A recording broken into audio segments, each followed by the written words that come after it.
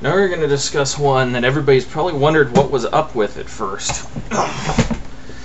Yes, here it is, my home-built Jazzmaster. The decision to build this was, I was, pretty much done setting up my rig. I got all the bugs worked out of the Bagheera and everything. I didn't really have much going on, so I just kind of decided to build a guitar, and I thought, I've got a couple in my closet, but what I really want is a Jazzmaster. The problem is, Jazzmasters cost too much freaking money. They're too bloody expensive. Every Jazzmaster I've ever seen, they're asking like $850, $900 for them, and I'm not just talking American ones, I'm talking these Japanese ones I see on G-Base and eBay, and I couldn't find any locally, so I just finally got fed up and said, you know what, I'm going to build it, and I'm sure I could build it for less than it would cost to buy one. And lo and behold, that's exactly what I did with this. $650 later, I managed to build basically a American spec Fender Jazzmaster using all replacement parts. This one I'm going to go more in depth on the specs on for that reason. The body itself is an all parts Swamp Ash Jazzmaster body, Fender licensed.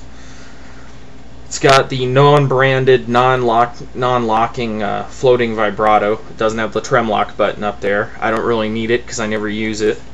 It's got a stock Jazzmaster Jaguar bridge on it, modified to the same specs as my Jaguar has. The pickups I used, an 8.8 K ohm Pickup Wizards Jazzmaster pickup in the bridge, and an 8.0 K ohm Fender American Vintage reissue pickup in the neck. The pickups were a big part of this guitar because the whole intent was to have a Jazzmaster that still sounded like a Jazzmaster but could distort and amp and do really good crunch.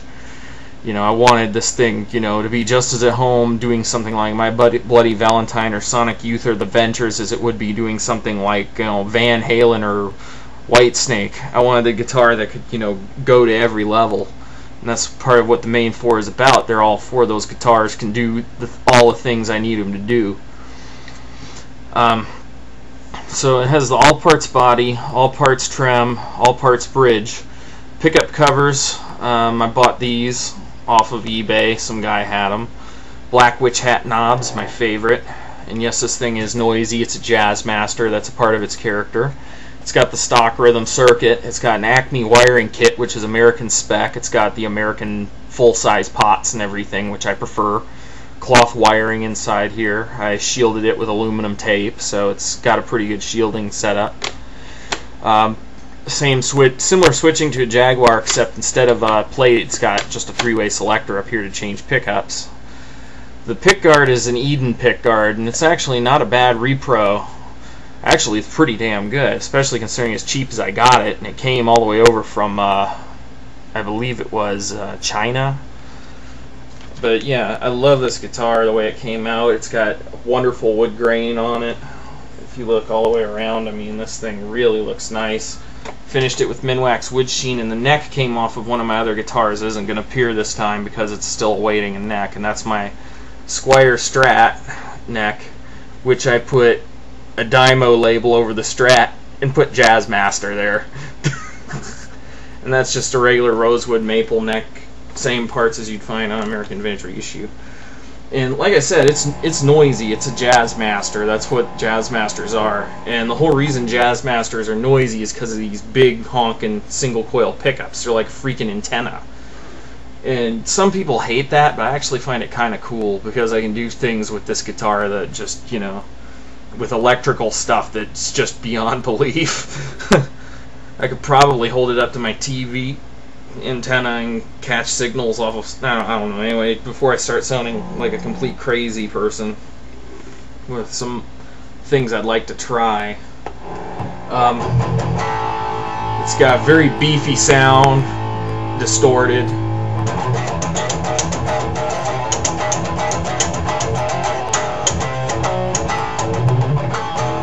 So yeah, but it's still primarily, standard Jazzmaster.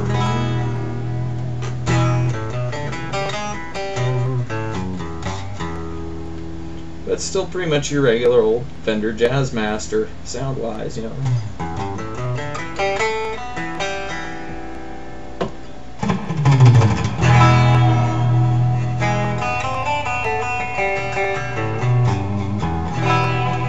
horrible attempts at surf guitar.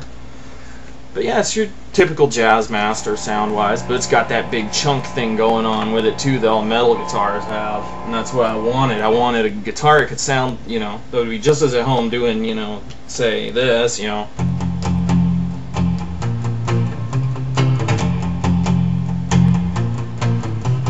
As it would be at home doing something like this.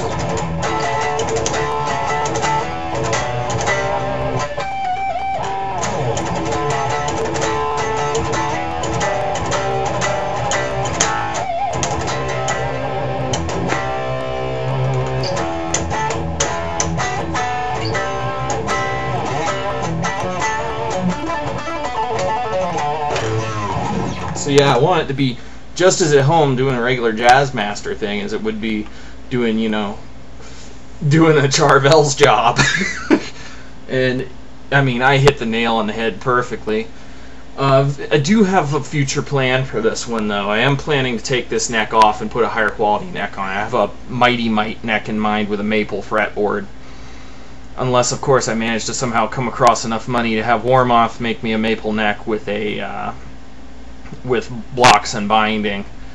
It's going to also be another guitar that's going to be a candidate for the Tone Pros tuning machines. Otherwise, I mean, I've really gotten along quite well with this one from the start, even though it is a little noisy. I mean, you know, it's got...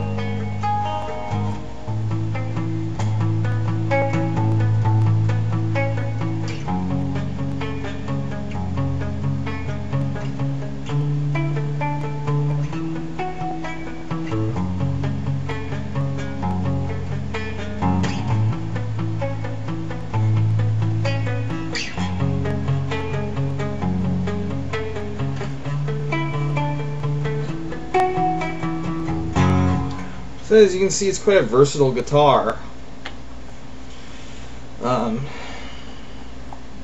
It's got a lot of different sounds to it. It's got the behind the bridge thing that I like to use sometimes, you know. So yeah, I mean, I've really kind of fallen hard for the Jazzmaster, you know. Used to be my fourth favorite offset. Now it's kind of falling ahead of the Mustang.